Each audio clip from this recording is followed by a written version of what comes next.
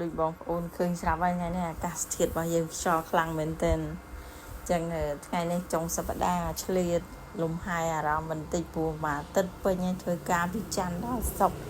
ចឹងថ្ងៃសៅរ៍គឺជាថ្ងៃរបស់យើងហ្នឹងចឹងថ្ងៃនេះក៏មកដើរលំហែបន្តិចទៅក៏ឃើញដើមឈើមួយដើមគិតថាបងប្អូនខ្លះក៏ស្គាល់បងប្អូនខ្លះក៏មិនស្គាល់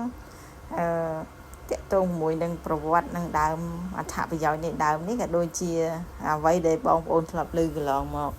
ចាដើមនេះយើងហៅថាដើមល្វាចាដើមល្វានេះមើលពីខាងក្រៅទៅគឺស្អាតសបល់ស្អាតគួរឲ្យចង់ញ៉ាំមែនទែនហើយខ្ញុំមិនដឹងថាស្រុកបងប្អូនគេហូបឬក៏មិនហូបទេណាតែខាងខ្ញុំ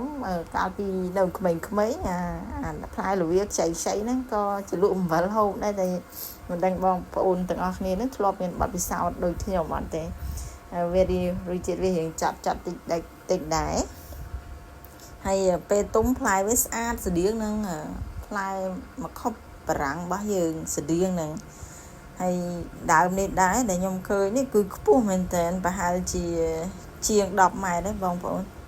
ហើយផ្លែល្អមែនតើនឹងវាដុះក្នុងប្របទន្លេរបស់យើងហ្នឹងហើយដើមនេះដែរល្អមែនតើដែលដុះនៅតាមនិយាយទៅដើមឈើអត់ថាដើមឈើគឺល្អតែសម្រាប់ដើមនេះវាធំផ្ដល់មកលុបទៅឆឹងទៅឆៃសម្រស់វាក៏ស្អាតទុកឲ្យក្មេងៗជំនាន់ក្រោយនេះស្គាល់ព្រោះបារម្ភខ្លាចក្មេងៗជំនាន់ក្រោយអត់ស្គាល់ផ្លែល្វាដែរអញ្ចឹងសូមចូលរួមចំណែកក្នុងការការពារបរិស្ថាននិងព្រៃឈើយើងទាំងអស់គ្នា